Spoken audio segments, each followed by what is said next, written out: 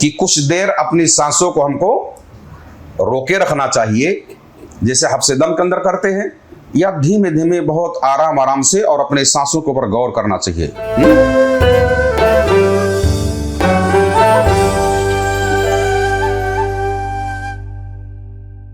बिस्मिल्लाहिर्रहमानिर्रहीम।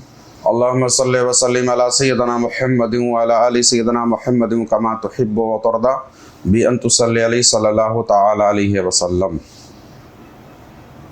ज़िक्र के बाद हमें क्या करना चाहिए?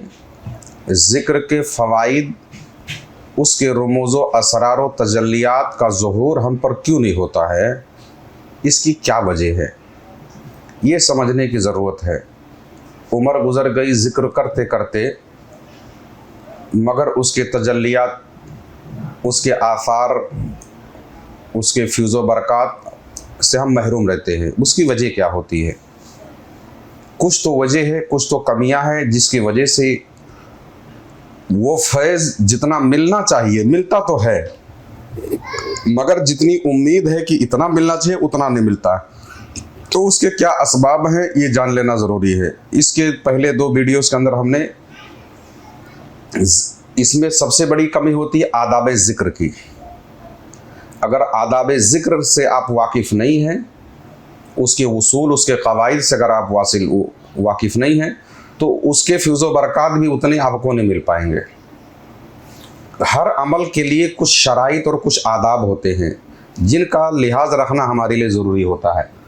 तो इसके पहले ज़िक्र के पहले के आदाब, दौरान ज़िक्र के आदाब, अब बादे ज़िक्र के आदाब, ज़िक्र के बाद हमको क्या करना चाहिए, ये जान लेना ज़रूरी है। इसके बगैर आप फ़वाइद हासिल नहीं कर सकते। ज़िक्र के बाद फ़ौरन हमें क्या करना चाहिए? ज़िक्र से हम फारिग हुए, अंधेरे में ज़िक्र कर रहे थे, लाइट जली, तो फ़ौरन हमें क्या करना चाहिए, ये सबसे अहम चीज़ है। ये जान लेना निहायत ज़रूरी है ताकि जो ज़िक्र आपने किया है उसका मुकम्मल फैज़ आप पर ज़ाहिर हो। इसके बगैर ज़िक्र में वारिद होने वाले कैफियत, अनवार व तजल्लियात का ज़ुहूर आप पर नहीं होगा, या होगा तो इतना होगा कि आप महसूस ना कर पाएंगे।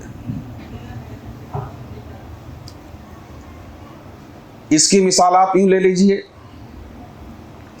कि एक शख्स कमाता बहुत ज़्यादा है, मगर उसको महफूज करने का तरीका उसको नहीं मालूम है। कमाना और है और संभालना और है। अब आदाब ज़िक्र जो पहले हैं तो उसका एहतमाम है ना, कि क्या क्या हमको पहले करना चाहिए, है ना। जैसे कि किसी घर के दरवाजे में घुसने के लिए सबसे पहले आपके हाथ में चाबी हो, ताला खोलो, दरवाज़ा खोलो, फिर उसमें दाखिल हो।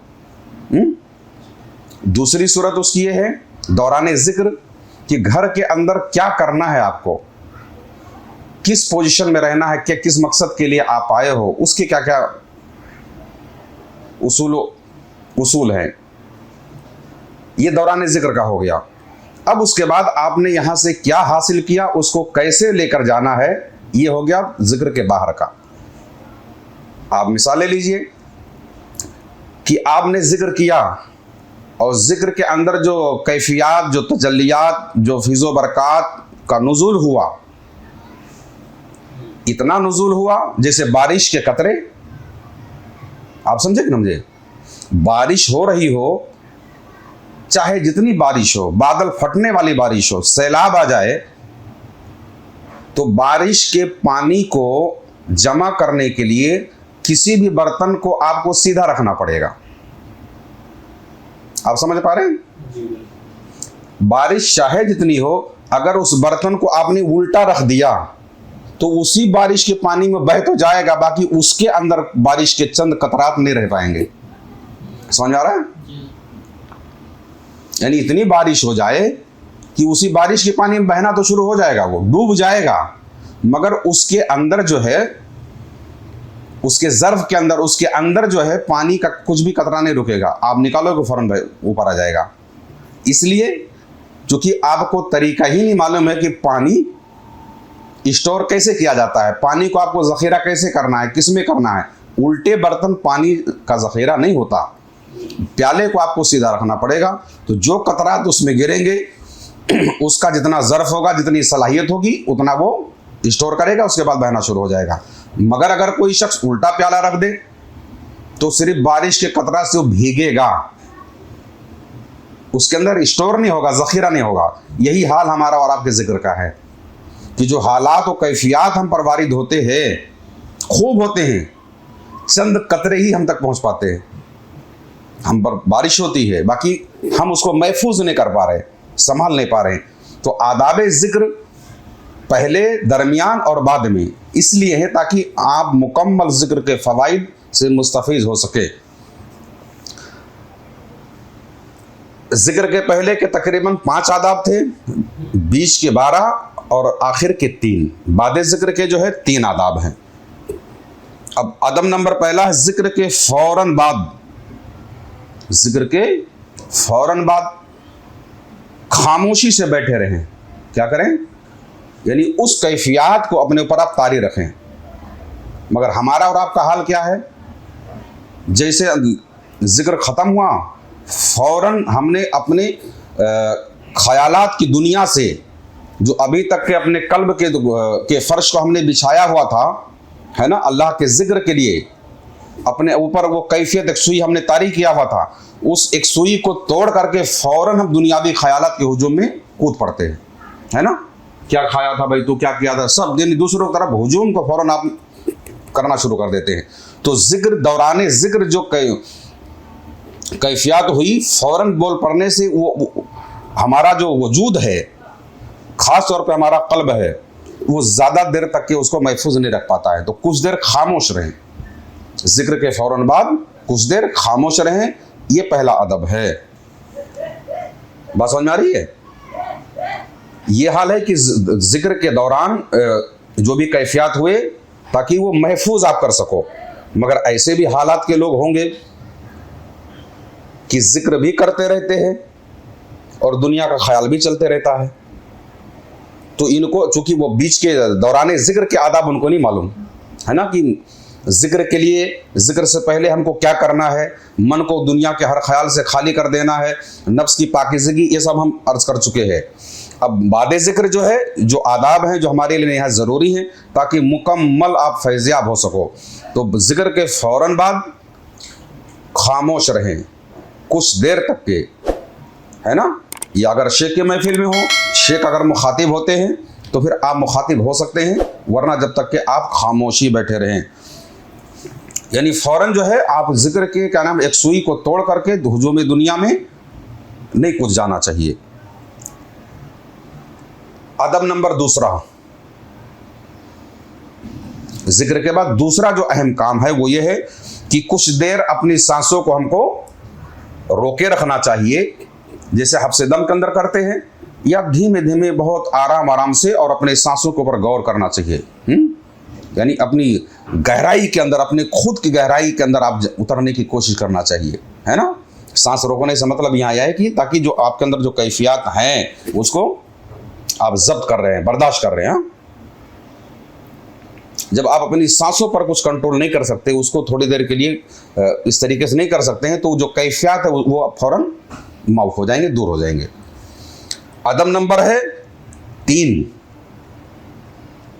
पहला जो है कुछ देर खामोश बैठे रहें, दूसरा जो है, पहला जो है कुछ देर खामोश बैठे रहें, दूसरा जो है कुछ देर तक के सांसों को रोके रखें या धीमे धीमे धीमे बहुत तेजी के साथ ना करने लगे जाएं। अब अदब नंबर 3, जिक्र के फौरन बाद, जिक्र के फौरन बाद ठंडी अशिया जैसे बर्फ का पानी हुआ, शरबत हुआ, इसको फौरन ना पिए, है ना। बहुत सारे लोग, चूंकि अभी तो अल्लाह के करम से, क्या नाम है, एसी वगैरह रहती है ना, वरना अगर एसी जम ना हो तो गर्मी का एहसास होता, तो यानी दौरान जिक्र ही उनको प्यास की शिद्दत लग जाती है ना।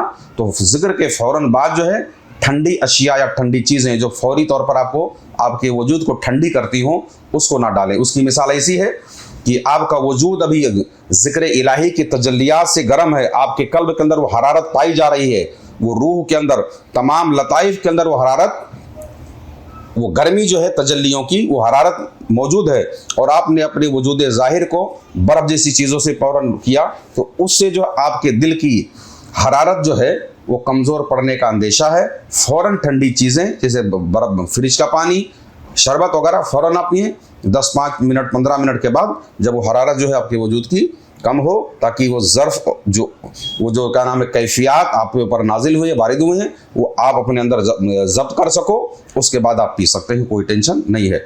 अल्लाह तबारक व तआला के बारगाह में दुआ है मौला करीम, ये सारी बातें हमारे बताने का मकसद ये है कि जो सूफ़ी हज़रात, सूफिया या सालिकीन, मुरीदीन, ये सब जो ज़िक्र फ़िक्र में लगे रहते हैं मगर उम्रें गुजर जाती हैं, इसके फ़िज़ो बरक़ात से महरूम रहते हैं, तो ये वो वजूहात हैं, ये वो कमियां हैं जिसकी वजह से कमा कहूँ आपको ज़िक्र का फैज़ हासिल नहीं हो पाता है।